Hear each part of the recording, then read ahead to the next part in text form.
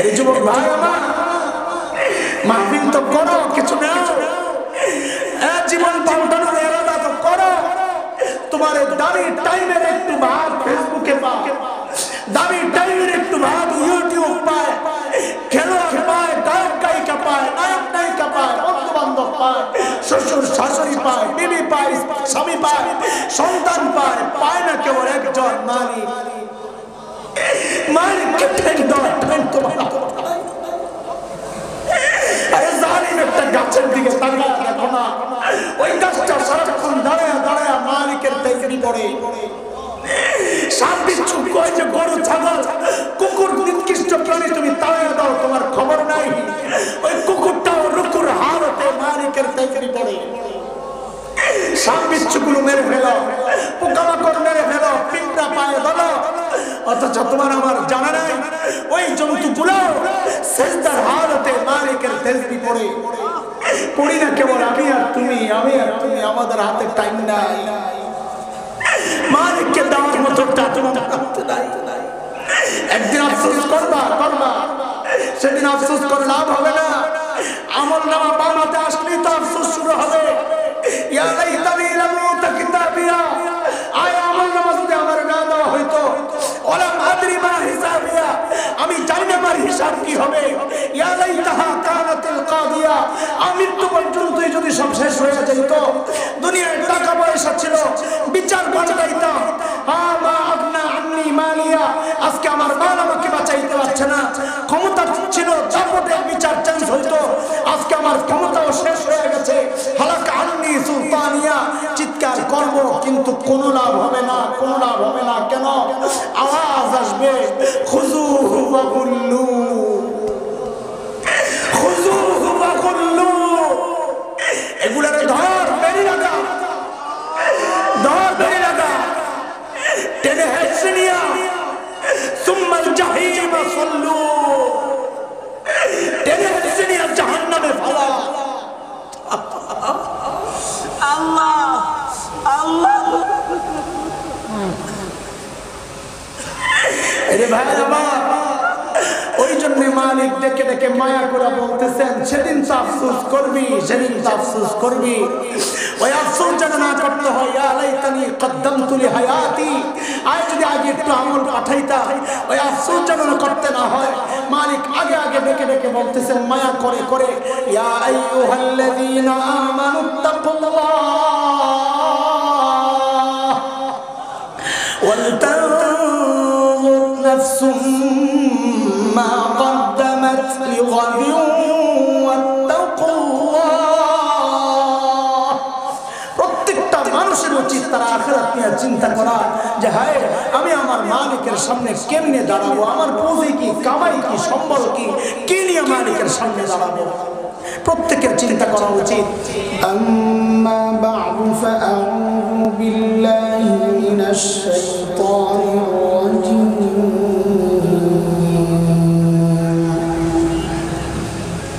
বিসমিল্লাহির রাহমানির রাহিম।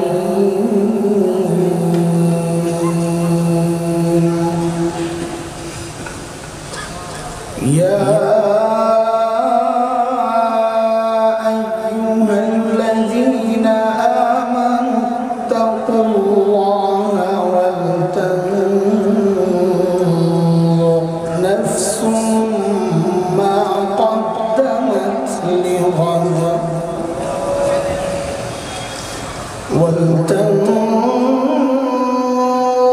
نفس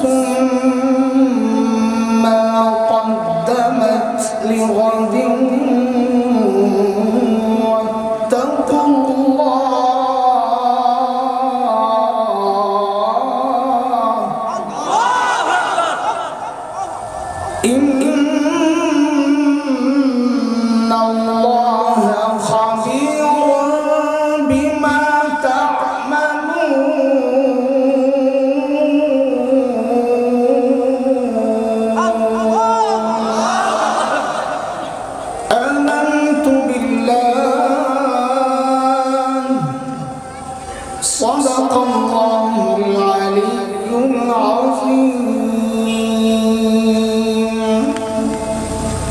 ঘাগড়া প্রবাসী কল্যাণ যুব সমাজের উদ্যোগে আয়োজিত আজকে ইসলামী দোয়া মাহফিলের সম্মানিত সভাপতি, উপস্থিত হযরত উলামায়ে কেরাম, মুরব্বিয়ানে আযম, দূর দূরান্ত থেকে আগত ইসলাম প্রিয় সুফি সমাজ, প্রিয় ছাত্র ভাইয়েরা, যুবক বন্ধুরা, পর্দার আড়ালের মা ও বোন, আল্লাহ সুবহানাহু ওয়া তাআলার অশেষ মেহেরবানি, করুণা, দয়া, যে মহান মালিক লাখো কোটি মানুষ থেকে বাছাই করে দিন এই মজলিসে আমাকে আপনাকে একত্রিত করেছেন, এটা মালিকের অনেক বড় দয়া আর করুণা। মালিক বলেছেন দিন বুঝার জন্য আমি যার দিলটা খুলে দিই, দিন বুঝার মানসিকতা যাকে দান করি, দিন শেখা, দিন জানা মানসিকতা যাকে দান করি, ওই বান্দা সারাক্ষণ আমার স্পেশাল নূরের আওতায় থাকে। দুর্ভাগ্য তার জন্য যার দিল শক্ত, যাকে দিন বুঝানো যায়। আলেমরা বুঝায় একরকম, বুঝে আরেক রকম। আলেমরা চায় বুঝাইতে আর ওই বোকা চায় খেলতে। আলেমরা বলে বুঝো, সে বলে আসো খেলা হবে। আরে বোকা, এটা তো খেলার জিনিস না, এটা বুঝার জিনিস। বুঝার জিনিস বুঝতে হয়, খেলার জিনিস মাঠে খেলতে হয়। আলেমদের কাজ না খেলাধুলা, আলেমদের কাজ হচ্ছে নবীর ওয়ারিস হিসাবে তোমাকে দিন বুঝায়া দেওয়া। তো এই যে মানুষ উলামায়ে কেরাম তাকে চায় বুঝাইতে, সে চায় বড় আজীব কথা। এটা কেন হইল? ওই যে দিল শক্ত, দিল বুঝানো যায় না, ভেতরে ঢুকে না। আল্লাহ বলেন দুর্ভাগ্য তার জন্য, সেই স্পষ্ট গুমরাহিতে নিমজ্জিত। কুরআন আল কারীমের মধ্যে মালিক বলেছেন সূরা জুমার আয়াত নম্বর 22, রব্বে কারীম বলেন আফামান শারহাল্লাহু সাদরাহু লিল ইসলাম ফাহুয়া আলা নূরিন মির রাব্বিহি ফাওয়াইলুল লিল কাসিয়াতি কুলুবুহুম মিন যিকরিল্লাহ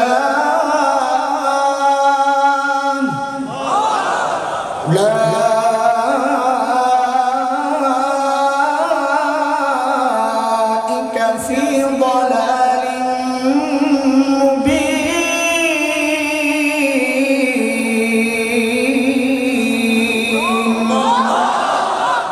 এই আয়াতের মধ্যে রব্বে কারীম এই কথাগুলো বলেছেন। মুহতারাম হাজরিন, যে মহান মালিক এই নিয়ামতে আমাদেরকে ধন্য করেছেন, ওই মালিকের শুকরিয়া আদায় করি, জবান খুলে, প্রাণ খুলে কালিমাতুশ শুকর উচ্চারণ করি আলহামদুলিল্লাহ। আমি তো আসছি মূলত হাজিরা দেওয়ার জন্য। হাজিরা না আসার কথা ছিল, বলেছি ভাই আমাকে মাইনাস করেন, আমি মাহফিলটা সাজায় দিই, কিন্তু আমি যেতে পারি। আজকে আমার নিজের বাড়ির মাহফিল, মাদ্রাসার মাহফিল, তো বলেছেন একটু এসে হাজিরা দিয়ে যায়। ওই হাজিরা দিতে আসছি। পর্যায়ক্রমে দাওয়াতি মেহমান যারা, তারা আসবেন ইনশাআল্লাহ তাআলা। ইতিমধ্যেই তারা আমাদের আশপাশের থানায় অবস্থান করছেন, হোমনায় আছেন মেহমানরা, সময় মতো চলে আসবেন ইনশাআল্লাহ তাআলা। তো আমি কুরআন আল কারীমের ছোট্ট একটা আয়াত তিলাওয়াত করেছি, সূরা হাশরের ছোট্ট আয়াত। যেহেতু সময় কম, ছোট্ট কিছু কথা, অল্প কিছু কথা বলে চলে যায়। আল্লাহ তাআলা এই আয়াতে আমাকে আপনাকে মায়া করে ডাক দিয়ে বলছেন ইয়া আইয়ুহাল্লাযীনা আমানুত্তাকুল্লাহ, ও ঈমানদার আল্লাহকে ভয় করো। এটা আল্লাহর একটা নির্দেশনা। 2 নম্বর হুকুম হচ্ছে আল্লাহর ওয়াল তানজুর নাফসুম মা কদ্দামাত লিগাদ। প্রত্যেকটা মানুষের উচিত তার আখিরাত নিয়ে চিন্তা করা, যে আমি আমার মালিকের সামনে কি পেশ করব, আমার পুঁজি কি, কামাই কামাই। প্রত্যেকটা মানুষের এটা চিন্তা করা। এই বিষয়ে নিয়ে আমি কিছু কথা বলার নিয়ত করেছি। আখিরাতের ফিকির এটা শুধু শ্রোতাদের কাজ বক্তাবাদ, মুসল্লিদের কাজ ইমামবাদ, মুরিদের কাজ পীর সাহেববাদ। এমন আল্লাহ বলেন প্রত্যেকের চিন্তা করা উচিত যে আমার মালিকের সামনে আমাকে দাঁড়াতে হবে, আমি কি জবাব দেব। বলে আখিরাতের ফিকির আছে বলেই তো এই মজলিসে আসছি, তাই না? আর জিলাপি আছে খিচুড়ি তোমার আইরে পোড়া কপাল শ্রোতা কেতে নাই স্যার আপনার ব্যাগওয়ালা বাজ্যে তাহলে ওয়াগুলো মাহফিলে এসে শুকনা মুখে যাইবেন, শুকনা মুখে যাইবেন তবে চোখ ভিজাইয়া যাবেন ইনশাআল্লাহ। গুনাহ খাতা মুইসা এখান থেকে যাবেন। আমরা তবারকের পোটলা দরকার নাই, আমলের দিক নির্দেশনা পোটলা নিয়ে বাড়ি যাবো ইনশাআল্লাহ। ঠিক আছে ইনশাআল্লাহ। বলে আখিরাতের ফিকির নিয়েই তো আসছি। বলে দোস্ত আখিরাতের ফিকির যে করি ওই ফিকির যথাযথ কিনা, ঠিকঠাক হচ্ছে কিনা, না কোথাও ত্রুটি আছে, যথার্থ হচ্ছে কিনা, যেমনটা দরকার ঠিক তেমন হচ্ছে কিনা, না ঘাটতি আছে, বুঝবো কিন্তু। তো বুঝার জন্য আল্লাহ তাআলা হযরতে সাহাবায়ে কেরাম রিদওয়ানুল্লাহি আলাইহিম আজমাইনদেরকে আমাদের মডেল বানাইছেন, নমুনা, যে তুমি তোমার ঈমানকে সাহাবীদের ঈমানের সাথে মিলায়া দেখো। যদি মিলে যায় তো ওই ঈমান ঠিক আছে, যদি না মিলে তো ভেজাল আছে। কার কথা? রব্বে কারীমের কথা। মালিক বলেন فَإِنْ آمَنُوا بِمِثْلِ مَا آمَنْتُمْ بِهِ فَقَدِ اهْتَدَوْا وَإِنْ تَوَلَّوْا فَإِنَّمَا هُمْ فِي شِقَاقٍ।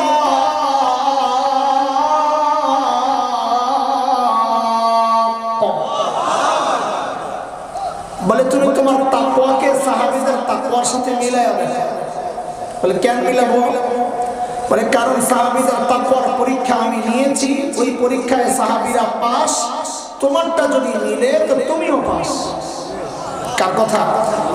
মালিক বলেন উলাইকাল্লাযীনা ইমতাহানাল্লাহু কুলুবাহুম লিত্তাকওয়া লাহুম মাগফিরাতুন ওয়া আজরুন আযীম।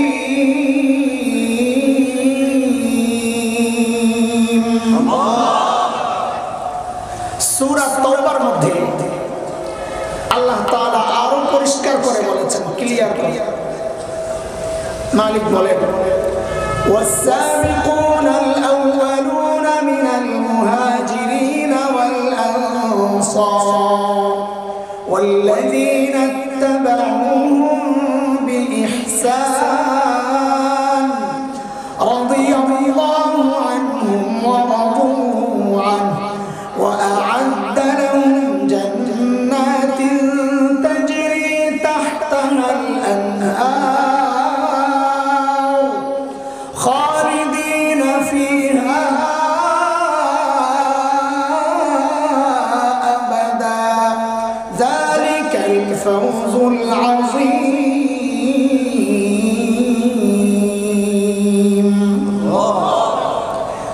এই আয়াতের মধ্যে আল্লাহ বলেন সাহাবীরা আমার উপর রাজি ছিল, আমিও তাদের উপর রাজি, তাদের জন্য আমি জান্নাত তৈরি করে রাখছি। তো বলে আল্লাহ আমাদের কি হবে?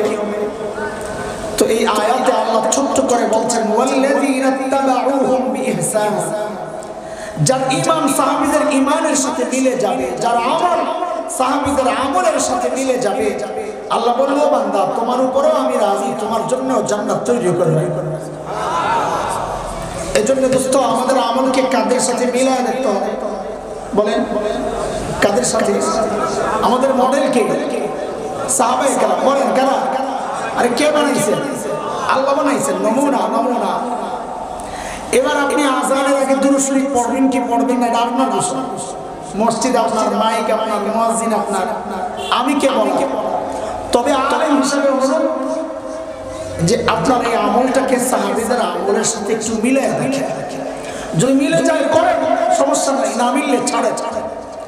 আপনি দুরূদ শরীফ বসে পড়বেন না দাঁড়ায়া, শুয়ে পড়বেন না লাফায়া, এটা আপনার ব্যাপার। জিলাপি আপনার প্রোগ্রাম আপনার, আমি বলার কি। তবে আলেম হিসেবে অনুরোধ, আপনার দুরূদ পড়ার এই স্টাইলকে সাহাবীদের আমলের সাথে একটু মিলাইয়া দেখেন। যদি মিলে যায় করেন, না মিললে ছাড়েন। কথা কার? হিসাব সোজা না কঠিন? তো দোস্ত, আমাদের আখিরাতের প্রস্তুতিটা কেমন হওয়া উচিত? আল্লাহ বলেন সাহাবীদের মতো। কাদের মতো? তো সাহাবীদের আখিরাতের মতো আমাদের জীবনকে বানানোর জন্য হুকুম করতেছেন আল্লাহ তাআলা। হ্যাঁ, এটাও ঠিক, সাহাবীদের মতো হুবহু আমাদের আমল হবে না, হুবহু হবে না। হইলে আল্লাহ আমাদেরকে ওই যুগেই পাঠাই। ছোটবেলায় একটা গজল গাইতাম আমরা, আমি এক লাইন শোনাই যেন আবার প্রমাণ না হয় আমিও বয়ানে বৈশা বৈশা গজল গায়ার টাইম পাস করি, আল্লাহ মাফ চাই। এক লাইন শোনাই আমি স্টপ করে দেবো, শুধু বুঝানোর জন্য বলতেছি। ছোটবেলায় গাইতাম আমরা, জন্ম যদি হতো মোদের রাসূল পাকের কালে, আহা রাসূল পাকের দেশে। ওস্তাদ রাতকায় দেয় কি গজল গায় এটা? রসুল পাকের কালে যদি জন্ম হইতো, রসুল পাকের দেশে যদি জন্ম হইতো, এটা তুমি ভালো বুঝো না, আল্লাহ ভালো বুঝে। যেই যুগে আসা দরকার আল্লাহ তোমাকে ওই যুগেই পাঠাইছেন। নবী যুগে আইসা তুমি তো আবু জাহেল হইতে পারতা, কাজে ওই আফসোস নাই কোন যুগে আসছে। যেই যুগে আসি মালিকের হুকুম মানা, এটা হলো আমার কাম। কোন যুগে আসলাম এটা বিষয় না। হ্যাঁ, একটা খুশির খবর আছে, শুনবেন নি আপনারা? হ্যাঁ, একটা খুশির খবর দেব। আচ্ছা শুনে, 2 মাস আগে টমেটোর কেজি কত ছিল? 2 মাস আগে 100-120। ঠিক আছে, সবাই বলে না বাজার করেন না, বুঝা গেল বেডিরা হুদে খেতে আপনার বলল কত কত? আচ্ছা 100 টাকাই ধরে। আচ্ছা বলেন তো আপনারা, এই 100 টাকার টমেটো এটা ফ্রেশ না ভেজা? ভেজা, ফরমালিন দেওয়া। ও তো ভেজালটা খাইলেন কত দিয়া? 100 টাকাই ধরে। আপনাদের এই সাইডের হাল আমার জানা নাই, যদিও আমি আপনাদের খুব কাছে আছে, কিন্তু পরিবেশ জানা নাই। আমাদের এলিটগঞ্জ মানে আইলারগঞ্জ, এরপর থেকে চান্দিরা পর্যন্ত রাস্তার 2 ধারে বিশাল বিস্তৃত অঞ্চলে টমেটোর চাষ হয়, বিশাল অঞ্চল। ফুল সিজন যখন থাকে এই ফেব্রুয়ারির মাঝামাঝি থেকে শেষ দিকে, তো মাঝে মধ্যে দেখি কৃষকরা রাস্তার 2 ধারে টমেটো এরকম টুকরির মধ্যে, খাটের মধ্যে ওরা চিনেননি, ওরার মধ্যে স্তূপ করে দাঁড়ায় থাকে। তো মাঝে মধ্যে মন চায় না, আমরা শহরের মানুষ, এই গ্রামের ফ্রেশ জিনিস দেখলে খালি কিনতে মনে চায়। তো মাঝে মধ্যে নিয়ে আমি জিজ্ঞেস করি, চাচা টমেটো কেজি কত? তো মাঝে মধ্যে উত্তর আসে, যত দেন তত। কেজি কত? এর মানি বলছেন, এর মানি হলো ওই টমেটো লয়ে আমি বিপদে আছি, নিয়ে আমারে বাঁচা। এর মানি হলো এটা। তো মাঝে মধ্যে গাড়ি কিনা বাড়িতে নিয়ে যাই, তো যাইতে যাইতে খালি চিন্তা করি, ঠকলাম না জিতলাম, ঠকলাম না জিতলাম, জিক্রি করতে করতে বেঁচে যা মাপনি আছে ওইটা দিয়ে মাইবা দেখি, হায় আল্লাহ 5 টাকা 4 টাকা 5 টাকা কেজি বসছে। আচ্ছা বলেন তো একটু, এই টমেটোটা ফ্রেশ না ভেজা? ফ্রেশ। কেজি কত? আর ভেজালটা কেজি কত? ভেজালটা 100, ফ্রেশটা 5 টাকা। এটা কি ঠিক হইল না উল্টা? হ্যাঁ, এই উল্টাটা হওয়ার কারণ কি বলেন তো? সিজন আর অফ সিজন, আনসিজন, ঠিক আছে না? আশা এটাই নিয়ম। সিজনের জিনিস ফ্রেশ হয় কিন্তু দাম কম না, যা আছে এটা অরিজিনাল দাম, কম বলেন না। অফ সিজনে আনসিজনের জিনিস ভেজাল হয় কিন্তু রেট কি হয়? বেশি হয়, রেট বাড়তি থাকে। এটাই হলো আমাদের খুশির একটা খবর। সেটা হলো আল্লাহর সাথে একা একা যখন কথা বলবেন, তো আল্লাহরে সত্য করে ধরবেন, আল্লাহ আমগরে তো ইবাদতের সিজন নবী যুগে পাঠাও নাই, পাঠাইছো তো অফ সিজনে ফাসাদের জমানায়, কত কি হইছে? বলে আল্লাহ আমগো আমলগুলো একটু ভেজাল হইলেও হইতে পারে, কিন্তু রেটটা একটু বাড়ায় দাও। ঠিক আছে না কথা? এটা হাদিস দিয়েও আমি দলিল দিতে পারবো, কিন্তু আমার হাতে সময় কম, ওই হাজিরার টাইম তো এত লম্বা কথা বলা যাবে না, দৌড়াইতেছি। এমনটা আমার ওই যে কোর্টে নিট করছে, সব কথার রেফারেন্স লাগবে, কোরআন হাদিসের। বিবিসির সংবাদ যে করে কাদির কল্লোল 19 তারিখ আমার ফোন দিয়েছে, ফোন দিয়া বলে জানি ভাই একটা ইন্টারভিউ দরকার, আপনি নেন না, রেডি আছি। তো বলে এই যে রিড করলো ওয়াজ নসিহত কোরআন হাদিসের রেফারেন্স ছাড়া বলা যাবে না, এটা ব্যাপারে আপনাদের কি মতামত, কি ভাবছেন আপনারা? তা আমি বলি আমাদের সমস্যা নেই, আমরা রেফারেন্স দিয়েই কথা বলবো, কিন্তু আমাদেরকেও ইনশিওর করতে হবে যে রেফারেন্স দিয়ে কথা বললে আপনারা মানবেন তো নাকি, না পরে আবার ঘাড় মটকাইতে চাইতে চাই। আমরা যখন রেফারেন্স দিয়ে বলবো মূর্তি হারাম, মানবেন তো? আমরা যখন রেফারেন্স দিয়ে বলবো দুর্নীতিবাজদের হাত কাটতে হবে, মানবেন তো? আমরা যখন রেফারেন্স দিয়ে বলবো চোর আর ডাকাতদেরকে মারতে হবে, পারবেন তো? আমরা যখন বলবো ওই যে জেনা করে প্রকাশ্যে রাজপথে ঘুরে এগুলোর দইরা মাইরা পিটাইয়া মারতে হবে, পারবেন তো? যদি পারেন রেফারেন্স দিতে সমস্যা নাই, এত বড় কোরআন রেফারেন্সের কি অভাব আছে নাকি? আচ্ছা আচ্ছা ঠিক আছে, বুঝছে যা বিপদে পড়বো না কে আইন করে। তাই এখন রেফারেন্স একটু কম দেবো, দৌড়াবো, কারণ সময় কম, আমার লাগলে দেবো, অসুবিধা নেই। চলেন সাহাবায়ে কেরাম আখিরাতের প্রস্তুতি কিভাবে নিছেন এটা একটু দেখে আসি, তাইলে আমাদের আখিরাতের প্রস্তুতি নেওয়ার ধরনটা কেমন হওয়া উচিত এটা নির্ধারণ করতে পারবো ইনশাআল্লাহ।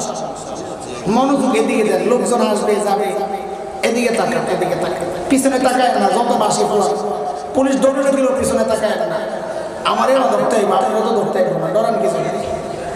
ইমানদার ডরায় না, ইমানদারের ডর কি? ইমানদারের জান এটা তো আরেকজনের, এটা ডরায় লাভ কি?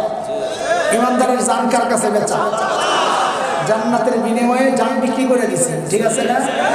এখন কোনো ভয় নাই, কোনো ভয় নাই। এই যে আমাদেরকে বলে একা একা চলে, কি কসুর কথা, একা একা চলে না, আল্লাহ আছে সাথে, কি একা একা চলে না, করবো কি?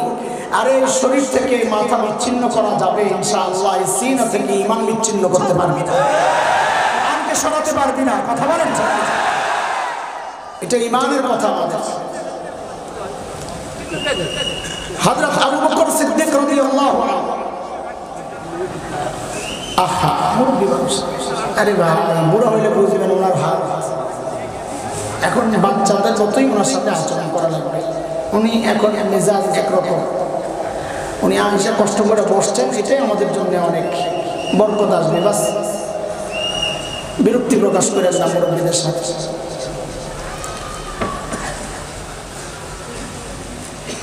হযরত আবু বকর সিদ্দিক রাদিয়াল্লাহু আনহু যখন খলিফা, তো ওনার সিস্টেম ছিল দরবারের বিধবা অসহায় নারীদের লিস্ট থাকত। কেন? স্বেচ্ছায় যদি কেউ খিদমত করতে চায় কোনো বুড়ির নাম নিয়ে চলে যেত উপরে, কারণ এটা অনেক সওয়াবের কাজ। নবী আলাইহিস সালাম বলেছেন, যে ব্যক্তি ইতিম আর বিধবার দায়িত্ব নিবে ওই ব্যক্তি আর আমি জান্নাতে পাশাপাশি থাকব। এই সমাজের জন্য বড় দুর্ভাগ্যের কথা, অন্য ইতিম বিধবা বুড়ির দায়িত্ব নিবে তার দূরের কথা, নিজের মা বিধবা তার খবরই তো লয় না।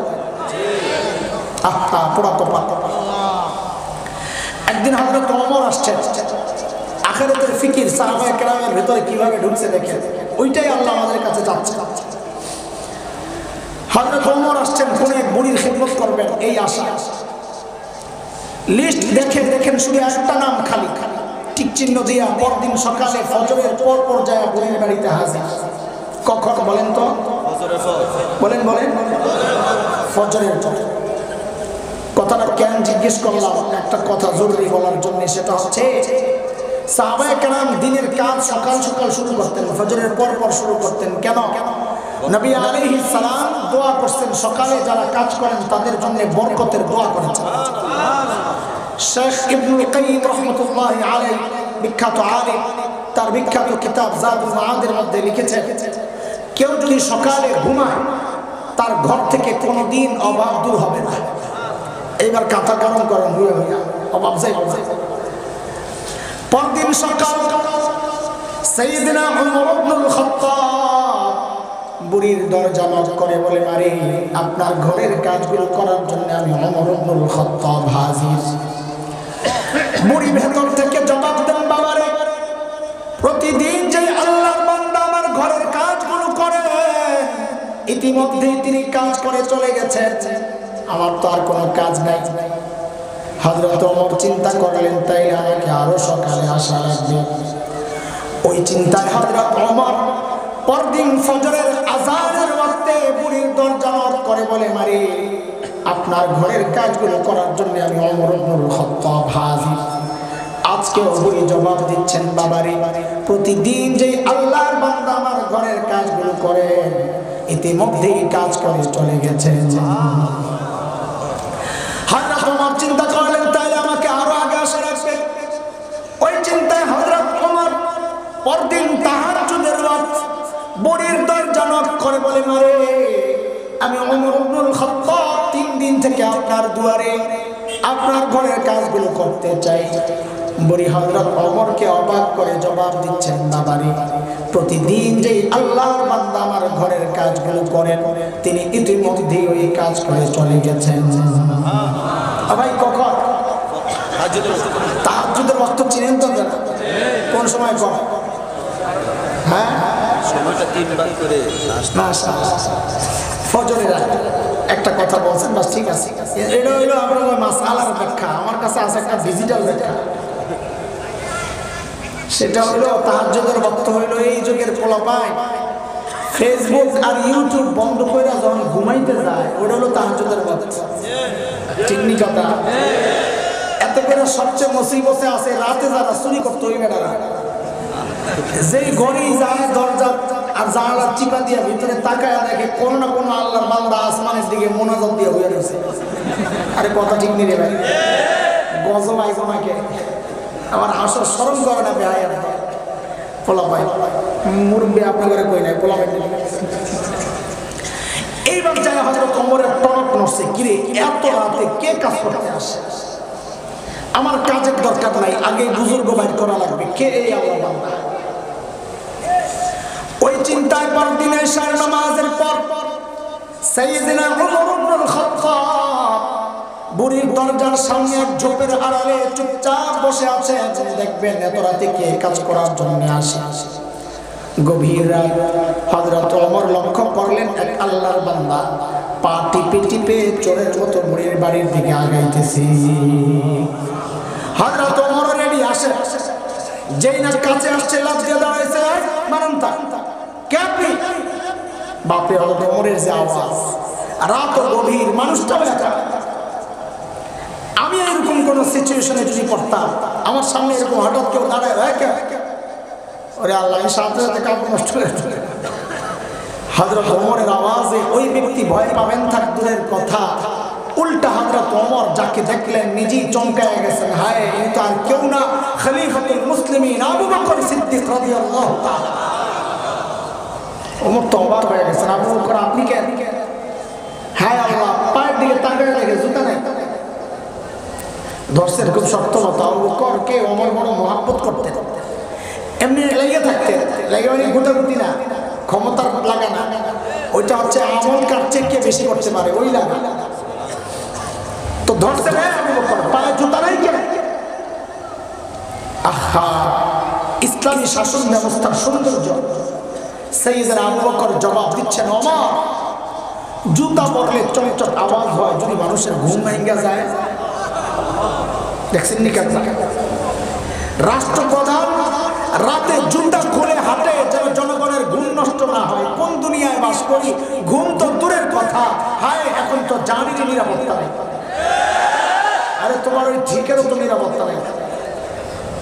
কতজনে দেখা খোঁজে কোনটায় কোনটা ঠিক করেছে, হুজুর যায় সাইজ করে। এমন এক জমানায় এমন এক সময় পার করতেছি, আল্লাহ আমাদেরকে হেফাজত করে। এইবার ধরছেন ওমর আবু বকরকে, বলেন এত রাতে কেন আসছেন? আপনি কেন আসছেন? আমরা নাই? সারাদিন প্রশাসনিক কাজে ব্যস্ত থাকে, রাতে একটু ঘুমাবে তা না, আপনি আসছেন কাজ করার জন্য। কেন রে ভাই, এই কাজগুলো করার জন্য কি আমরা নাই? আমরা কি মরে গেছি? হযরত আবু বকর কি জবাব দিলেন দোস্ত, এই জবাবটাই আমার বয়ান। একটু কথা, কিন্তু জবাবটা এখন বলছি না। কেন? কারণ জবাবটার ওজন কত এটা বুঝতে হলে আগে আবু বকরের ওজন বোঝা লাগবে। আবু বকর কত বড় মানুষ, ব্যক্তির ওজনের উপর কথার ওজন ওঠানো ধরেন আপনার কচুয়া বাজারে এক পরিচিত ভিক্ষুক আছে, সবসময় আসে, আপনার দেখে বলল কালকে একটু দেখা করো, তোমার খুশি করে দেবে। আপনি মনে মনে হাসবেন, নিজে ভিক্ষা করে খায়, আমার মনে খুশি করছে। কিন্তু এইটাই যদি আমাদের মহিউদ্দিন খান আলমগীর সাহেব আপনাকে বলে এই কালকে একটু দেখা করিস, তোরে খুশি করে দেবে, তখন কি মনে মনে হাসবেন, উপহাসের হাসি না আশাবাদী হবে? কেন? কথা তো একটাই, বলে ওই যে ব্যক্তির ওজন বেড়ে গেছে, তো কথারও ওজন বেড়ে গেছে। বুঝে আসছে না কথা? হযরত আবু বকর কি জবাব দিলেন? বলে জবাবটা শোনার আগে আবু বকরের ওজনটা একটু শুনে আসি। কত বড় মানুষ আবু বকর, আল্লাহু আকবার, কত মর্যাদা আবু বকরের। তাইলে এই কথাটার ওজন বুঝে আসবে। আমি আপনি বলে এটা আলোচনার ব্যাপার ছিল, কিন্তু বলছে কি আবু বকর, এই জন্য এটা আলোচনায় আসছে। আবু বকর কত বড় মানুষ, আল্লাহ আল্লাহ। একদিন আম্মা জান আয়েশা জিজ্ঞেস করেন, ইয়া রাসূলুল্লাহ, ওই যে আকাশে লক্ষ লক্ষ নক্ষত্র দেখা যায়, ওগো আল্লাহর হাবিব, আপনার উম্মতের মধ্যে এমন কেউ কি আছে যার আমলের পরিমাণ ওই নক্ষত্রের চেয়ে বেশি? আল্লাহর হাবিব বলেন, আয়েশা আছে। কয়জন? আম্মা জান তো মনে মনে খুশি, জানি তো একজন কে, আমার আব্বা আবু বকরই তো, আর কেউ। বলে জানলে আবার জিজ্ঞেস করছো কেন? বলে এটা দুনিয়ার সব মেয়েদের স্বভাব, সব মেয়েরাই চায় স্বামীর মুখ দিয়ে একটু বাবার বাড়ির প্রশংসা শুনতে। একদিন খালি বদনাম করবেন, দেখবেন এক সপ্তাহ তরকারি মজা হয় না। আরে কথা ঠিক নেই, খুব খুশি লাগতেছে যে হুজুর দিয়া সাইজ করতেছি, আমরা তো পারি না। বোকা, সাইজ তোমারও করা হয়েছে, তুমি টের পাও না, অনেক দূর থেকে সাইজ করা হয়েছে। কেন? কারণ তার মা বাবার প্রশংসা করলে তার খুশি লাগে, বদনাম করলে কষ্ট লাগে।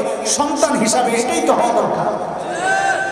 অসভ্য তো তুমি, যখন এই বউ তোমার মা বাবার বদনাম তোমার কানে ঢুকায়, তোমার কষ্ট লাগে না, বরং এই বউয়ের কথা শুনি না যায় তুমি মা বাবার সাথে খারাপ আচরণ করো। নিজে সাইজ হয় আমার আশা। আল্লাহর হাবিব বললেন, আয়েশা আছে একজন, আম্মা জানের আশা নিজের বাবার নাম উচ্চারণ করবেন।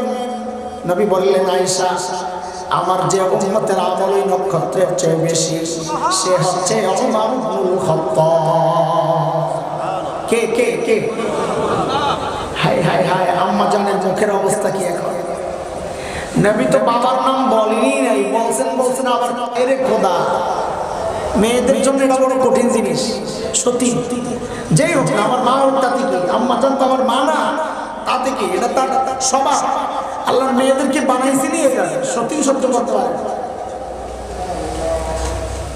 তো আম্মা জানের তো মন খারাপ, একদম মুখটা বেজার হয়ে গেছে। নবী তো চেহারা দেখে বুঝছেন আম্মা জানের ভিতরে গন্ডগোল চলতেছে। মানুষ যখন নারাজ হয়, খুশি হয়, এটা চেহারায় প্রকাশ পায়। ইংরেজি একটা কথা বলে না, face is the index of mind, যে ভেতরে কি কাজ করে চেহারায় প্রকাশ পায়। আম্মা জানের চেহারা দেখে নবী বুঝেছেন যে আয়েশার ভিতরে গন্ডগোল চলতেছে। তা আল্লাহর হাবিব বলেন, আয়েশা, তুমি ভেবেছিলে তোমার বাবার নাম উচ্চারণ করবো না? আরে আয়েশা, শোনো শোনো, তোমার বাবা আবু বকরের হিসাবটাই আলাদা। আমার গোটা উম্মতের আমল যদি এক পাল্লায় রাখা হয়, আর তোমার বাবা আবু বকরের আমল যদি আরেক পাল্লায় রাখা হয়, আয়েশা, তোমার বাবা আবু বকরের আমলের পাল্লা ভারী হয়ে যাবে। আবু বকরের মর্যাদা। একদিন হযরত ওমর আসছে, আয়েশা বলেন, দোস্ত, আপনার সাথে একটা লেনদেন করতে চাই, লেনদেন। তা আবু বকর বলে, কি লেনদেন করবেন আপনি? বলে, আমার সারা জিন্দেগীর আমল আপনাকে দিয়ে দিতে চাই। কে বলতেছে? ওমর রাদিয়াল্লাহু আনহু। সব দিয়ে দেব আপনাকে। আবু বকর চিন্তা করে গেছে, কিরে ওমর এত ভালো মানুষ, সারা জিন্দেগি উনি আমার সাথে আমল নিয়ে করলেন প্রতিযোগিতা, আর এখন বলে সব আমার দিয়ে দিব না। রে, এখানে কোনো ঘাপলা আছে, কোনো গোমর আছে? আবু বকর মানুষ সরল সোজা, কিন্তু ব্যাককল্প না। বুঝে আসছে না কথা? এই যে আবু বকরের ওয়ারিসরা বসে আছে, ওলামায়ে কেরাম, পাবলিক অনেকে মনে করে হুজুর একেবারে ব্যাককল নাম্বার 1, কিচ্ছু বুঝে না, সময় বুঝে না, কিছু না, সব ব্যাককল। আরে গাদা, ব্যাককল না, ব্যাককল না, এগুলো সরল সোজা। সরল সোজা ব্যাককল এক জিনিস না। যা সিনের মধ্যে কোরআনের ইলম, হাদিসের ইলম, সে ব্যাককল হতে পারে না। ব্যাককল তো তুই যে মনে করছিস ব্যাককল। হয় না? আরে কথা বলে না, ওর বিপক্ষে গেছে, আমি কথা বল না তোমরা জোরে কও, আলেম কি হয় না? একটা উদাহরণ দিই তাহলে বুঝবেন। আমাদের বড় মুফাসসির ছিলেন আল্লামা মুস্তাফা আল হুসাইনি রাহমাতুল্লাহ, ভুলে গেছিলেন নামটা? এই ঘটনা বর্ণনা করছেন মুফতি দিলওয়ার শাহ হুজুর, কাজে বর্ণনা একদম মুত্তাসিল, কোনো ঝামেলা নাই। তো মুস্তাফা আল হুসাইনি রাহমাতুল্লাহ আলাইহি একদিন হাইওয়ের পাশে কোনো এক রেস্টুরেন্টে বসছেন রাতে খাইতে। খাওয়া শেষ, বসে বসে চাটতেছেন সুন্নত তরিকায়। একটা হাড্ডি ছিল, ওই হাড্ডিটা চাবাইতেছেন বসে বসে। পাশের টেবিলে বসে বসে এক ভদ্রলোক চা খায়। কি খায়? দুনিয়া এমন কিছু মানুষ আছে দাড়িওয়ালা টুপিওয়ালা দেখলে চুলকানি শুরু হয়। আর আছে না, আছে না, কোচ্চায় তো নাই। তো ওই বেটা হুজুরের হাড্ডি খাওয়া দেখা মনে মনে চিন্তা করছে হুজুরের এই ফাঁকে একটু সাইজ করে চায়ের কাপটা হাতে লয়ে হুজুরের টেবিলের সামনে এসে দাঁড়াইছে। দাঁড়ায় বলে, এক্সকিউজ মি, জুলিয়াস বলেন, বলে একটা কথা জিজ্ঞেস করতে চাই। বলে করেন না। বলে আচ্ছা হুজুর, আপনাদের এলাকায় কুকুরে কি খায়? হুজুর যে হাড্ডি খাইতেছে, হুজুরের কুত্তার সাথে তুলনা করলো বদমাইশ। হুজুর আপনাদের এলাকায় কুকুরে কি খায়? মনে করছে হুজুরের এই প্রশ্ন করার কারণে হুজুর মনে হয় চোখের পানি নাকের পানি পড়তে পড়তে মনে হয় কাঁদতে কাঁদতে বসে গেছে। কিন্তু এত বোঝে না যে ভিমরুলের ভাষা। যেই না জিজ্ঞেস করছে হুজুর আপনার এলাকায় কুত্তায় কি খায়, হুজুর আমার দিকে তাকায় না, হাড্ডি চাবায় আর অন্যদিকে তাকায় তাকায় আমগো এলাকায় কুত্তায় চা খায়। এর হাতে তো চায়ের খা। কি করবো বলো, দিয়ে আবার মাথার তলে দিয়া শোনা। আরে মৌলবী কি হয় না? আরে কথা কও, মৌলবী কি হয় না? সরল সোজা। কাসেম নানুতুবি রাহমাতুল্লাহ আলাইহি নাম শুনেছেন? দারুল দেওবন্দ মাদ্রাসার অন্যতম প্রতিষ্ঠাতা, ইংরেজ বিরোধী আন্দোলনের অন্যতম সিপাহসাজ, গোটা ভারতবর্ষের মুসলমান যার কথায় উঠে বসে। দেওবন্দ মাদ্রাসার পাশে একটা ছোট্ট মসজিদ, নাম হলো ছাত্তা মসজিদ। হযরত ওই মসজিদেই থাকেন। ইংরেজরা টের পায়া চারদিক থেকে ঘেরাও করছে, হযরতকে ধরবে, অ্যারেস্ট করছে, গ্রেফতার করতে। হযরত ভিতরেই আছে, একটা গেঞ্জি গায়ে দেওয়া, একটা লুঙ্গি পরা, মসজিদ ঝাড়ু দেয়, সাদা সিধা জিন্দিগি, মসজিদ ঝাড়ু দেয়। ইংরেজরা ঢুকছে ভিতরে, ঢুইকা হঠাৎকে দেখে তো মনে করছে এটা তো কাসেম নানুতুবি না। ওই সময় তার তোমার তো ফেসবুক নাই যে খালি ছবি ছেড়ে দেয়, ইংরেজরা তো চিনে না। তো হুজুরের দেখা এত পছন্দ হয় নাই যে এত বড় নেতা, এরা মনে করছে পেটটা তো কমপক্ষে দেওয়ার বাকি হুজুরের মতো হওয়া দরকার। এইরকম সাধারণ মানুষ এত বড় লিডার। তো যা কাসেম নানুতুবি কি জিজ্ঞেস করতেছে, কাসেম নানুতুবি কাহা? কাসেম নানুতুবি কই?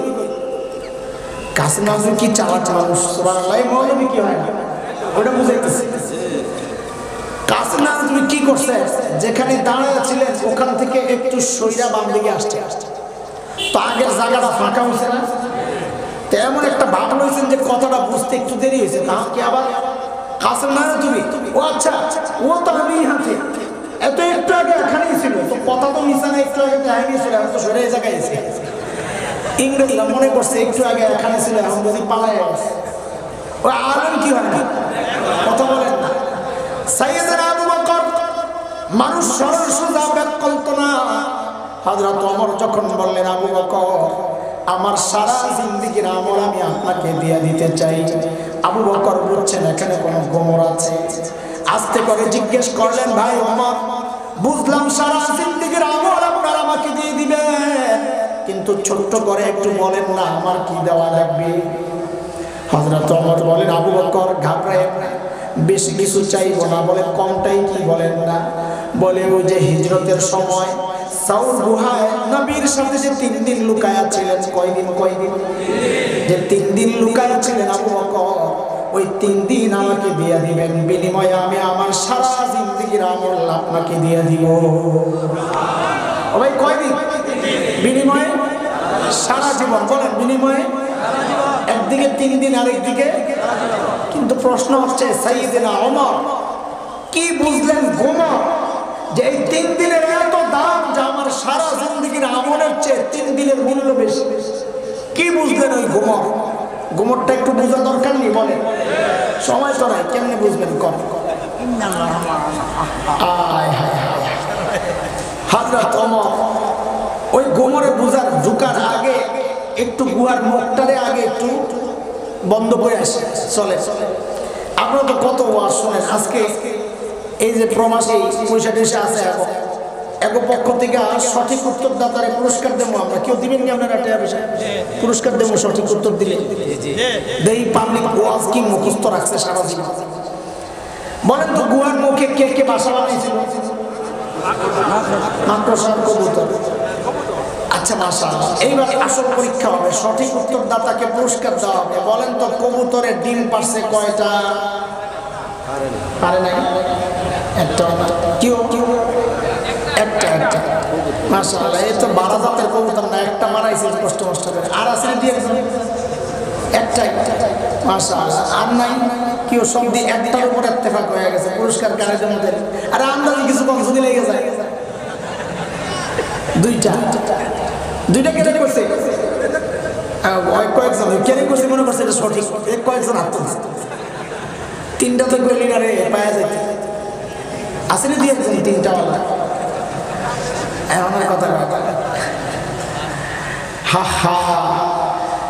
কোন আশিক রাসূল মনে মনে ভাবতে পারে ওয়াহাবি মৌলবী নবীর সাথে সংশ্লিষ্ট একটা গল্প নিয়ে তামাশা করতেছে। দেখছো ওয়াহাবিরা কত খারাপ। হরে ভাই তামাশাই করতেছি কেন? কারণ মুহাদ্দিসরা বলেছেন কবুতরের গল্পটা পুরাই জাল, বানোয়াট, মিথ্যা কথা। কবুতরই নাই, আমরা ডিম হালিগন্তি করতে শেষ। দোষটা আপনাদের না আমাদের। এই গাল গল্প আমরাই শোনাইছি, মিথ্যা কাহিনী আমরা শুনে আসা করে মজা দিচ্ছি। মাকড়সার জালের ব্যাপারটাও কোন মুহাদ্দিস বলেছেন এটাও মিথ্যা, তবে অধিকাংশ বলেছেন যারা মিথ্যা না তবে দুর্বল। কারণ মর্যাদা বলার জন্য, ঘটনা বলার জন্য দুর্বল বর্ণনাও আনা যায়, সেজন্য আমি বলতেছি না, তাও বলতাম না। এইবার আমার জবাব দেন, গুহার ভেতরে কে? নবী বলেন বুঝা বললেন। আচ্ছা আল্লাহ তাআলা যদি চাইতেন গুহার মুখটাকে পাথর দিয়ে প্যাকেট করে গুহার ভেতরটাকে জান্নাতের টুকরা বানায়া দিতে পারতেন কি পারতেন না? পারতেন। আল্লাহ তা করছেন না, কইরা মুখের উপর মাকড়সার জাল বানায়া দিলেন। কেন? মাকড়সার জাল বুঝি অনেক শক্তিশালী, এটা ছিদ্র করে ছিন্ন করে কাফেররা ভেতরে ঢুকতে পারবে না। ব্যাপারটা এমন বলেন না পাতলা? কোরআন কি বলে মাকড়সার জাল সম্পর্কে? সূরা আনকাবুতে কি আসছে? ওয়া ইন্না আওহানাল বুয়ুতি লাবাইতুল আনকাবুত।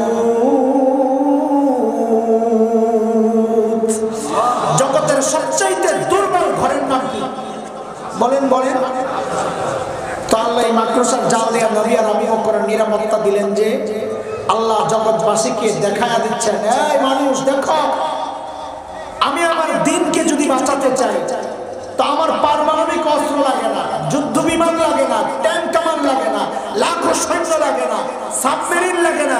আমি আমার দিনকে বাঁচাতে চাইলে ওই মাকড়সার পাতলা জাল দিয়ে বাঁচাই দিতে পারি। শর্ত হচ্ছে আবু বকরের ঈমান লাগবে। কি লাগবে? আবু বকরের মতো ঈমান লাগবে।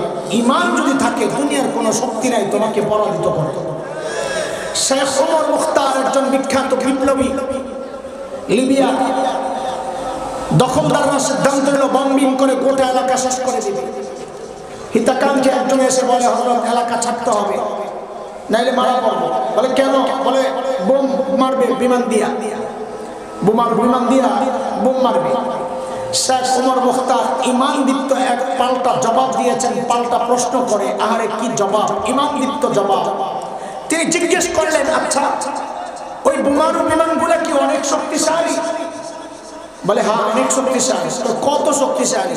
ওগুলো আরশের উপরে দেওয়া যায় না আরশের নিচে দেওয়া যায়? আরে কি কথা কোন আপনি! কোথায় আরশ, কোথায় সাত আসমান, কোথায় মহাশূন্য, এর কত নিচে দিয়ে বিমানগুলো যায়? যদি আরশের উপর দিয়ে যেত তাহলে আমি ভয় পেতাম যে আমাকে রক্ষা করবেন যে আরশের মালিক। বম যদি তার উপর একটা পরে আমাকে কে বাঁচাবে? যেহেতু আরশের অনেক নিচে দেওয়া যায়, তাহলে আর আমার কোনো টেনশন নাই, আমার মালিক আছে তো আমিও আছি। দোস্ত, তিনি মূলত সূরা তাওবার শেষ আয়াতের তরজমা শোনাইছেন, যে আয়াতের মাধ্যমে মালিক প্রিয় হাবিব সাল্লাল্লাহু আলাইহি ওয়াসাল্লামকে সান্ত্বনা দিয়েছেন এই বলে, ফাইন তাওয়াল্লাউ ফাকুল হাসবিয়াল্লাহ লা ইলাহা ইল্লা হু আলাইহি তাওয়াক্কালতু ওয়া হুয়া রাব্বুল আরশিল আযীম।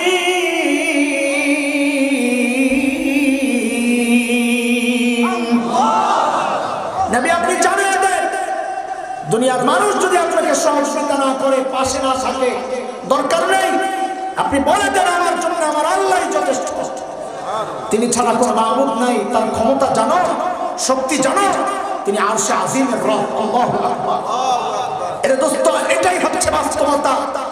ঈমান যদি থাকে, এই বাস্তবতায় বিশ্বাস করতে হবে আল্লাহর সিস্টেম আগে যা ছিল এখনো তাই। সুন্নাতুল্লাহি আল্লাতী ক্বাদ খালাত মিন ক্বাবল ওয়া লান তাজিদ লিসুন্নাতিল্লাহি তাবদীলা। সূরা আহজাব আয়াত ৬২। আল্লাহ বলেছেন সিস্টেম আল্লাহর আগে যা ছিল এখনো তাই। আগের সিস্টেম হচ্ছে নমরুদের মালিক ছিল না, নমরুদ ধ্বংস হয়েছে। ফিরআউনের মালিক ছিল না, ফিরআউন ধ্বংস হয়েছে। আবু জাহেল আবু লাহাবের মালিক ছিল না, তারাও ধ্বংস হয়েছে। ইব্রাহিম আলাইহিস সালামের মালিক ছিল, তিনি জিতে গেছেন। হযরত মূসা আলাইহিস সালামের মালিক ছিল, তিনিও জিতে গেছেন। বিলাল হাবশীদের মালিক ছিল, বিলাল হাবশীরাও জিতে গেছেন। সেই ঈমানের চেতনা বুকে লালন করে বলতে চাই, আজকে যারা আমাদেরকে ঘাড় মটকাতে চাও, আমাদের হাত ভাঙতে চাও, রক্ত চক্ষু দেখাতে চাও, দাদাদের ডাকে, দাদাদের পাওয়ারে দাদারাও হুমকি দেয়। মাঝে মাঝে বাংলাদেশ দখলের শুনে রাখ কুরআনেররা, ঈমানই বলে বলিয়ান হয়ে বলছি, আমার দেশ দখল করবি তো দূরের কথা, খোদার কসম আমরা তো স্বপ্ন দেখি দিল্লির লাল কেল্লায় আবারও কালিমার পতাকা পপ পপ করে উঠবে।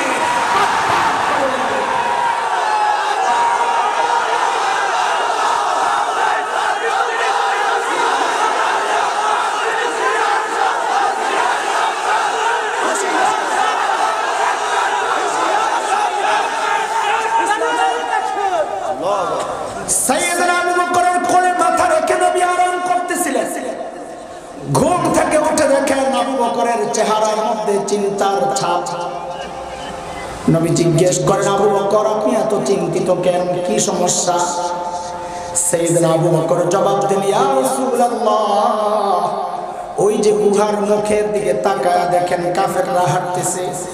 লাউ আন্না আহাদাহুম ইয়ানজুরু ইলা কাদামাইহি, আমাদের গুহার মুখের দিকে তাকানোর দরকার নাই। এদের যে কেউ একজন যদি নিজের পায়ের দিকেও তাকায়, তাইলেও তো আমাদেরকে দেখে ফেলবে। আল্লাহর হাবিব সান্ত্বনা দিচ্ছেন, আপনি ভেবেছেন কি? হ্যাঁ, কি ভেবেছেন আপনি? আপনি কি ভেবেছেন এই গুহার ভেতরে খালি আমি আর আপনি আর আমাদের সাথে বুঝি আর কেউ নাই? আরে না আবু বকর, না, আমাদের সাথে আল্লাহও আছে। আপনি চিন্তিত হয়েন না। নবী আলাইহিস সালামের সান্ত্বনার এই বাণীটা আল্লাহর এত পছন্দ হয়েছে, আল্লাহ তাআলা কোরআনুল কারীমের সূরা তাওবার একটা আয়াতের টুকরা বানায়া নাযিল করে দিয়েছেন। মালিক বলেন, ইযহুমা ফিল গার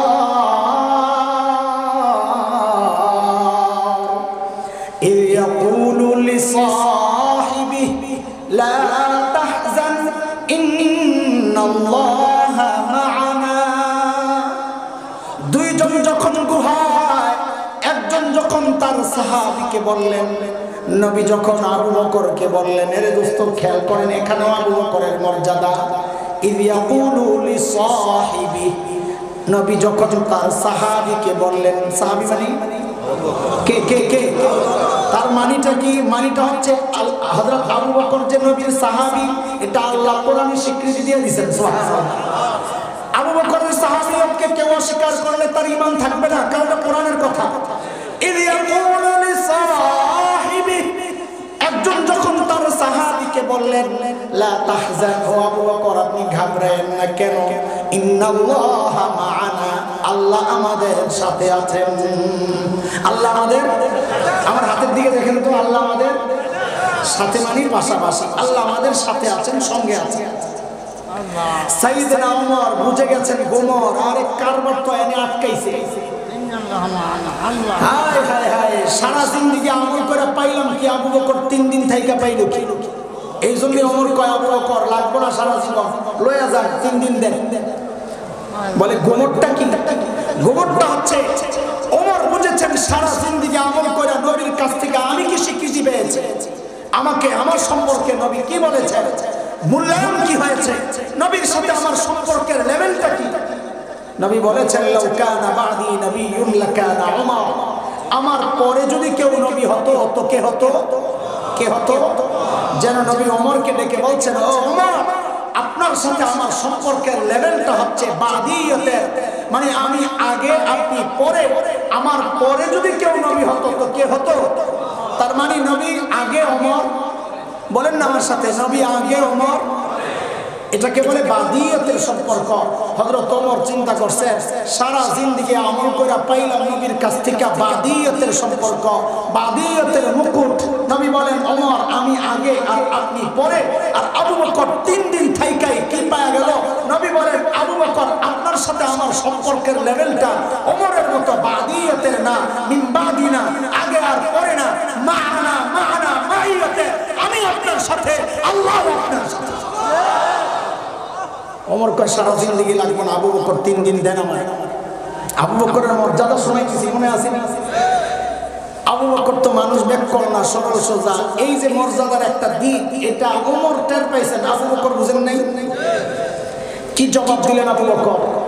সর্বপ্রথম 12-13 বছর আগের কথা, আমাদের হাকিমুল ইসলাম কারি তৈয়ব রহমতুল্লাহ আলাইহির কিতাবে যখন এই জবাবটা পড়ি, ওয়াল্লাহি আমি সাথে সাথে কেঁদে ফেলছি। আরে কি মানুষ আবু বকর, কি জবাব দিলেন আবু বকর?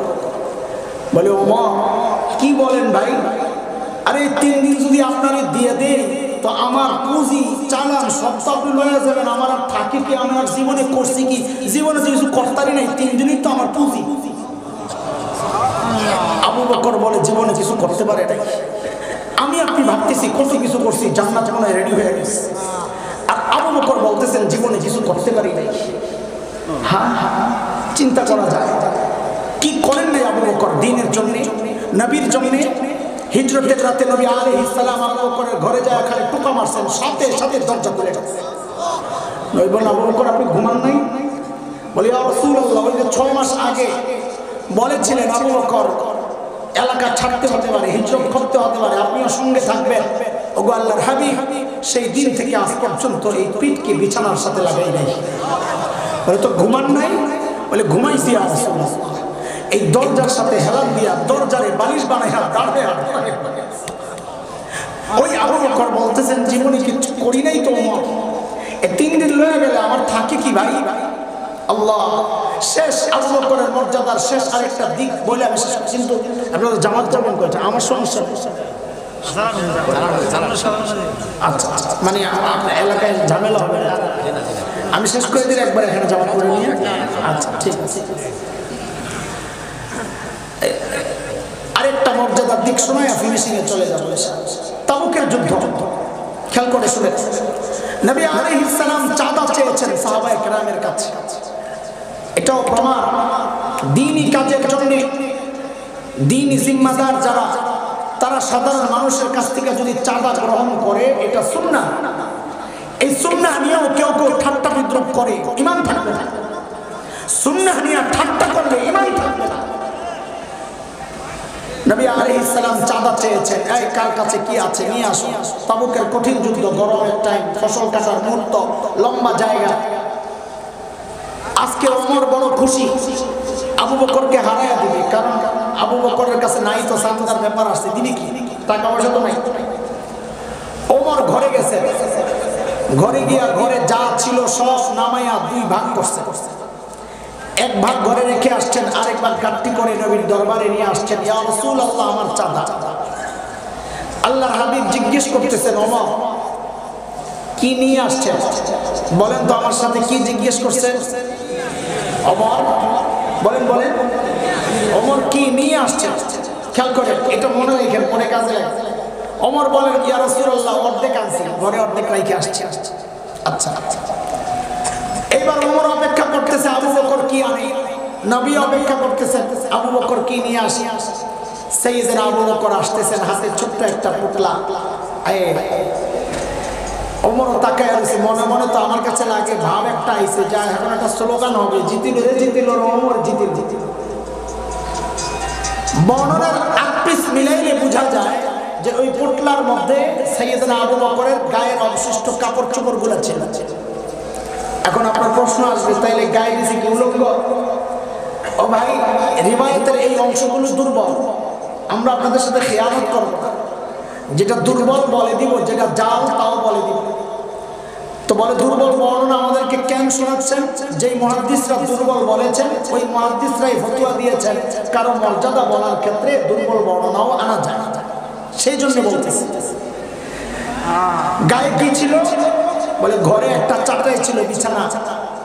সাইয়েদনা আবু বকর ওই বিছানাটাকে, ওই চাটাইটাকে গায়ে জড়াইছে, এখন তো থাকে না, তো কি করছেন? খেজুর গাছের কাঁটা দিয়া সাইয়েদনা আবু বকর ওটারে বোতাম বানাইছে। নবী আলাইহিস সালামের সামনে আসছেন, ইয়া রাসূলুল্লাহ, আমার চাদা। আল্লাহর হাবিব জিজ্ঞেস করতেছেন, মা আবকাইতা আবু বকর, কি রেখে আসছেন ঘরে? ঘরে কি রেখে আসছেন? হযরত ওমরকে কি জিজ্ঞেস করছে? কি নিয়ে আসছেন বলেন তো, কি জিজ্ঞেস করছে? আবু বকরের বেলায় কি জিজ্ঞেস করছে? কি রেখে আসছে? ওমর প্রশ্ন শুনে মন খারাপ হয়ে গেছে, হায়রে হাইরা তো গেলাম আজকে। কেন?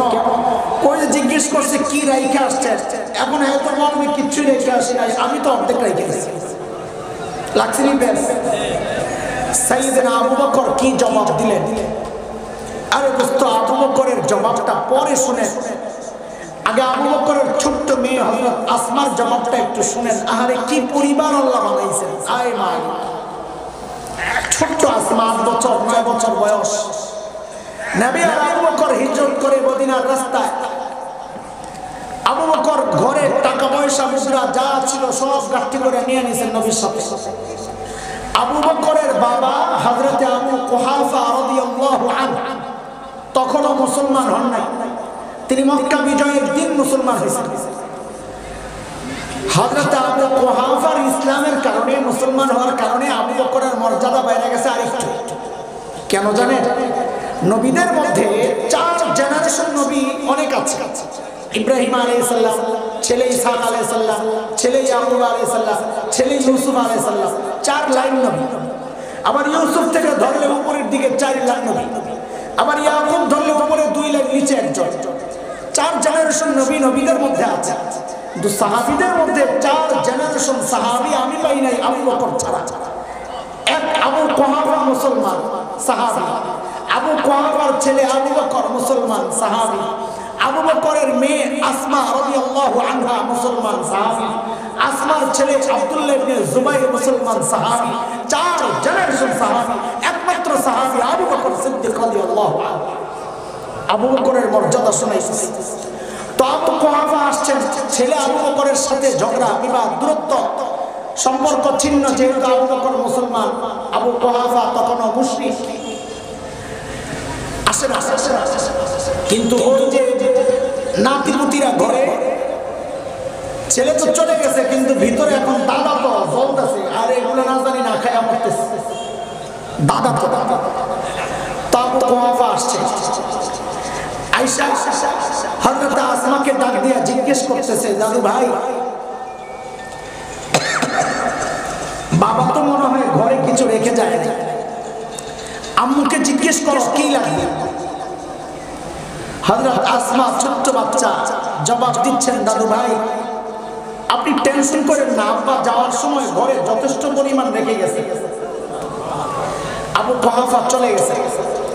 কিছু দূর গিয়ে আবু কুহাফার মাথায় ঘুরতেছে, আমার ছেলে আবু বকরকে তো আমি চিনি, এই ঘরে যথেষ্ট পরিমাণ রেখে গেছে, কথাটা কেমন কেমন লাগতেছে আমার কাছে। আবু কুহাফা আবার ফেরত আসছে, এসে হযরত আসমাকে ডাক দিয়ে জিজ্ঞেস করতেছে, দাদু ভাই বাবা ঘরে যথেষ্ট পরিমাণ রেখে গেছে, একটু বলো না কি রেখে গেছে যথেষ্ট পরিমাণ। ছোট্ট বাচ্চা আসমা জবাব দিচ্ছেন, দাদু ভাই আপনি টেনশন করেন না, আব্বা যাওয়ার সময় ঘরে আল্লাহ আর তার রাসূলকে রেখে গেছে। ছোট্ট বাচ্চা প্রশ্ন ঘুরাইয়া দিছে, আল্লাহ প্রশ্ন ঘুরাইয়া দিছে। জিবরাইল জিজ্ঞেস করেন, ইয়া রাসূলুল্লাহ আল্লাহ জানতে চেয়েছেন, আল্লাহ তো আবু বকরের উপর রাজি, আল্লাহ তো আবু বকরের উপর রাজি। আল্লাহ জানতে চেয়েছেন আবু বকর আল্লাহর উপর রাজি কিনা। এই কষ্টে থাকা মালিকের উপর রাজি না নারাজ আল্লাহ জানতে চাইছেন। আল্লাহ তো জানেন, সবার সামনে একটু আবু বকর কি বলে এটা শোনার জন্য জিজ্ঞাসা। সাইয়েদনা আবু বকর হাউমাউ করে কান্না শুরু করছেন, ইয়া রাসূলুল্লাহ আমি আমার মালিকের উপর রাজি, ইয়া রাসূলুল্লাহ আমি আমার রবের উপর রাজি আছি। এত বড় মানুষ আবু বকর। ওই যে গভীর রাত মুনির বাড়ির সামনে মনে আসেনি, হযরত ওমর যখন ধরলেন, এই আবু বকর আপনি কেন আসছেন, আমরা নাই?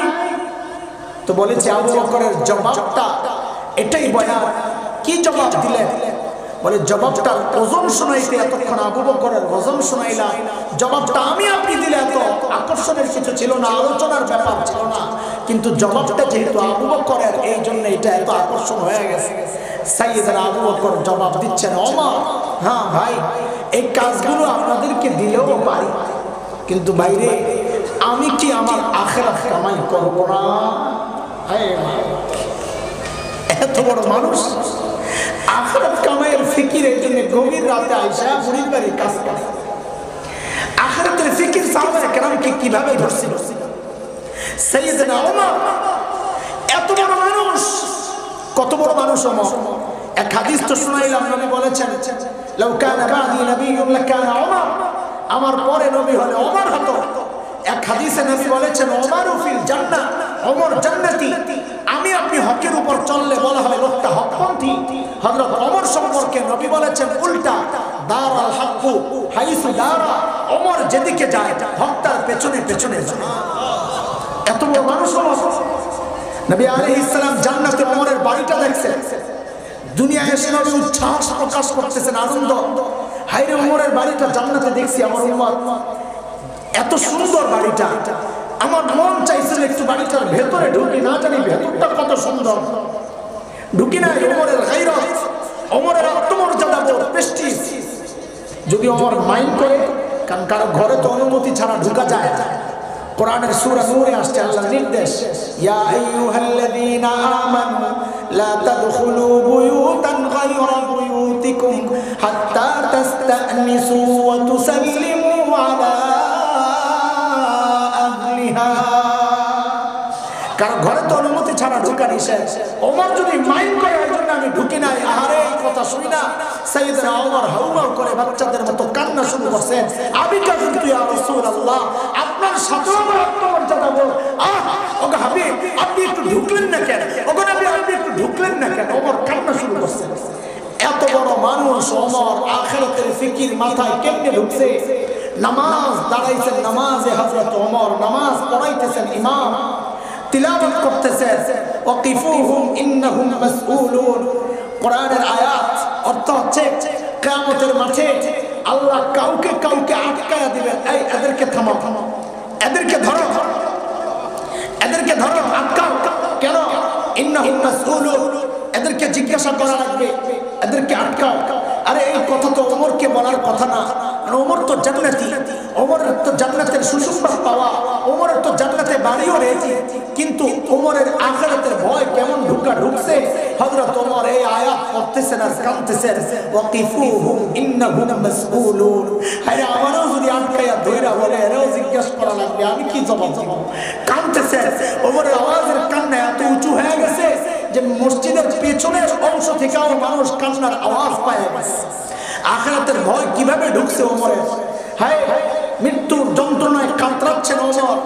আবু লুলু মাজুসির ছেলে বিষাক্ত খঞ্জর দিয়া ফজরের নামাজের সময় হযরত ওমরের যখন পেট ফেরে ফেরে হায়রে নারী বলে বের হয়ে গেছে, কাপড় দিয়ে পেঁচায় হযরত ওমরকে শুয়ে দেওয়া হয়েছে। হযরত ওমর বেহুশ, একজনের কোলে মাথা, হঠাৎ একটু হুঁশ ফিরছে তো নামাজের খবর নিছেন। দ্বীনের ব্যাপারে হযরত ওমর কতটা সিরিয়াস ছিলেন, দায়িত্বশীল ছিলেন। ওই যে দরজার কাছে এক ছেলের কাপড় টাকনুর নিচে, ওই অবস্থায় ডাক দিয়েছেন, এই কাপড় টাকনুর উপরে ওঠা। আল্লাহু আকবার। অর্ধ জাহান শাসন করেছেন, জান্নাতের সুসংবাদ পাওয়া ওমর ওই মাথাটা কোল থেকে নামাইয়া মসজিদে নববীর ফ্লোরে রাখছেন। ফ্লোরটা কি ছিল? টাইলস করা, মোজাইক করা, পাকা, কাঁচা কাঁচা কি? আহা, জান্নাতি মানুষ ওমর, অর্ধ জাহান শাসন করেছেন ওমর। এত বড় মানুষটা নিজের মুখটাকে, মাথাটাকে নিয়ে মাটির উপর রাখছে, রাইখা হায়রে আখিরাতের ভয় কি ঢুকছে। গানগুলাকে হযরত ওমর মাটির সাথে এইভাবে ঘষতেছেন আর কাঁদতেছেন আর বলতেছেন, ওয়াইলুল লাকা ইয়া ওমর ইল্লাম ইয়াগফির লাকা রাব্বুক। ওমর, তোমার রব যদি তোমাকে ক্ষমা না করে, ওমর তোমার জন্য ভয়ঙ্কর বিপদ কিন্তু অপেক্ষা করতেছে। আরে আবু বকর এত বড় মানুষ, জান্নাতের প্রত্যেকটা দরজা আবু বকরকে ডাকবে, ও আবু বকর আমারে দিয়া ঢুকেন না, আপনি আসেন না, আমারে দিয়া ঢুকেন। এই আবু বকর এত বড় মানুষ, আখিরাতের ফিকির দিল দিমাগের মধ্যে কিভাবে ঢুকছে। সাইয়েদনা আবু বকর দূরে নির্জনে চলে যেতেন, একা একা যায় চিৎকার করে করে কাঁদতেন, নিজেকে ধিক্কার দিয়া দিয়া বলতেন, ইবনে আবি কুহাফা, এই আবু কুহাফার ছেলে, আবু কুহাফার বেটা, তুই মানুষ কেন হইলি রে? আরে তুই মানুষ কেন হইলি? এখন আল্লাহর সামনে তুই কেমনে দাঁড়াবি? সাইয়েদনা আবু বকর গাছের কাছে যায় যায় চিৎকার করে করে কাঁদতেন আর বলতেন, ইয়া লাইতানি কুনতু ওয়ারাকা মিনাশ শাজারা তুরদা তাতুকাল। আয় আমি মানুষ না হইয়া যদি গাছের পাতা হইতাম, লতা হইতাম, জীবজন্তু চাবায় চাবায় আমাকে খেয়ে ফেলতো, আমার আর মালিকের সামনে দাঁড়াইতে হইতো না। আরে ভাই, এইরকম চিন্তা করা তো দরকার ছিল আমার মতো জালিমের। কিন্তু আমাদের চেহারার দিকে তাকাইলে মনে হয় না কারো আখিরাতের ফিকির আছে। কেন রে ভাই? কে আমাদেরকে গ্যারান্টি দিল যে আমাদের মৃত্যু যন্ত্রণা হবে না? আরে ওমর তো গ্যারান্টি পাওয়া মানুষ, ওমর উমিল জান্নাহ। আবু বকর তো গ্যারান্টি পাওয়া মানুষ, আবু বকর জান্নাতি। আমাকে আপনাকে কে গ্যারান্টি দিল যে আমাদের কবরের আযাব হবে না? কে গ্যারান্টি দিছে ভাই? কে গ্যারান্টি দিল যে আমাদের হাসরের পেরেশানি হবে না? কে গ্যারান্টি দিল যে জান্নাত পাওয়া যাবো? ওমর তো গ্যারান্টি পাওয়া মানুষ, আবু বকর তো গ্যারান্টি পাওয়া মানুষ। আমাকে তোমাকে কে গ্যারান্টি দিল? চুল পেকে সাদা হয়ে গেছে, গুনাহ ছাড়তে পারি না, কোনো ফিকির নাই। দাড়ি পেকে সাদা হয়ে গেছে, গুনাহ ছাড়তে পারি না, কারণ আমার মরা তো এখন অনেক দেরি আছে, সময় আছে, ঠিক হয়ে যাবে অনেক সময়। হায় রে, কে জানে এই মজলিসে এমন মানুষ আছে যার কাফনের কাপড় তো দোকানে চলে আসছে।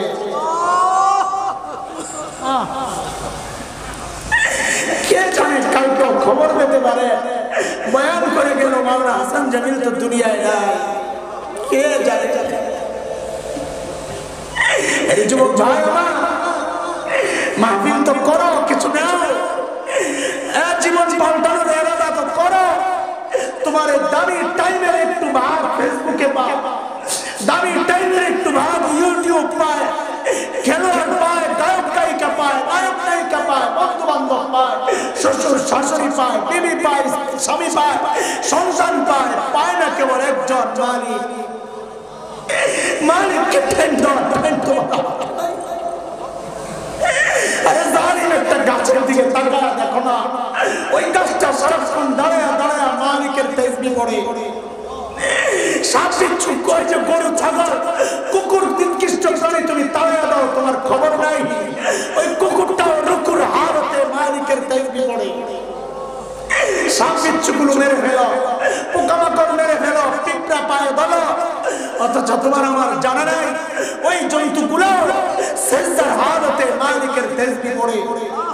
পড়ি না কেবল আমি আর তুমি, আমি আর তুমি, আমাদের হাতে টাইম নাই, মালিককে দেওয়ার মতো টাইম নাই। একদিন আফসোস করবা, সেদিন আফসোস করে লাভ হবে না। আমল নামা বাম হাতে আসলেই তো আফসোস শুরু হবে। ইয়া লাইতানি লাম উতা কিতাবিয়া, আয় আমল নামা যদি আমার না দেওয়া হইতো, ওলা মাদরি মা হিসাবিয়া, আমি জানি না আমার হিসাব কি হবে। ইয়া লাইতাহা কানাতিল কাদিয়া, আমি মৃত্যু পর্যন্তই যদি সব শেষ হয়ে যেত, দুনিয়ায় টাকা পয়সা ছিল, বিচার পাল্টাইতাম। মা আবনা আন্নি মালিয়া, আজকে আমার মাল আমাকে বাঁচাইতে পারছে না। ক্ষমতা ছিল, দাপটে বিচার চেঞ্জ হইতো, আজকে আমার ক্ষমতাও শেষ হয়ে গেছে। হালাকা আন্নি সুলতানিয়া, চিৎকার করব কিন্তু কোনো লাভ হবে না, কোনো লাভ হবে না। কেন? আওয়াজ আসবে, খুযুহু ফাগুল্লু, খুযুহু ফাগুল্লু। এগুলার ধর বেরি লাগা, ধর বেরি লাগা, টেনে হেসে নিয়া সুম্মাল জাহিম সাল্লু, টেনে হেসে নিয়া জাহান্নামে ফালা। আল্লাহ আল্লাহ। আরে ভাই আমার, ওই জন্য মালিক ডেকে ডেকে মায়া করে বলতেছেন, সেদিন তো আফসোস করবি, সেদিন তো আফসোস করবি। ওই আফসোস যেন না করতে হয়। ইয়া লাইতানি কদ্দামতু লিহায়াতি, আজ যদি আগে একটু আমল পাঠাইতাম, ওই আফসোস যেন করতে না হয়। মালিক আগে আগে ডেকে ডেকে বলতেছেন মায়া করে করে, ইয়া আইয়ুহাল্লাযীনা আমানুত্তাকুল্লাহ ওয়াল তানজুর নাফসুম মা কদ্দামাত লিগাদিন ওয়াত্তাকুল্লাহ। প্রত্যেকটা মানুষের উচিত তারা আখিরাত নিয়ে চিন্তা করা যে হায় আমি আমার মালিকের সামনে কেমনে দাঁড়াবো, আমার পুঁজি কি, কামাই কি, সম্বল কি, কে নিয়ে মালিকের সামনে দাঁড়াবো। প্রত্যেকের চিন্তা করা উচিত। মুহতারাম হাজরিন, ওই চিন্তার জন্যই তো এই মাহফিলগুলোতে আপনাদেরকে ডাকা হয়, যেন আমরা নতুন করে এক চিন্তা লালন করি, ধারণ করি, নতুন এক চিন্তা থেকে নতুন এক জীবন শুরু করতে পারি। যে পিছনে যা গেছে গেছে, পিছনের ভুলগুলো ধুয়ে মুছে পরিষ্কার করে আজকের এই মাহফিল থেকে একদম তওবা করে, পিছনের ভুলগুলো ধুয়ে মুছে পরিষ্কার করে তওবার মাধ্যমে নতুন এক জীবন শুরু করব, আখিরাতের জীবন। সাহাবায়ে কেরামের আদলে, সাহাবায়ে কেরামের নমুনা নতুন এক জীবন শুরু করব। সেই জীবন হবে আমাদের আখিরাতের জীবন ইনশাআল্লাহ। রাজি আছি না ইনশাআল্লাহ? ইনশাআল্লাহ ইনশাআল্লাহ। আল্লাহ তাআলা আমাদের সবাইকে কবুল করেন। ইউএমকে মিডিয়া, সুস্থ সংস্কৃতির প্রত্যাশায় আপনাদের সেবায় ইউএমকে মিডিয়া একটি ইসলামিক মিডিয়া।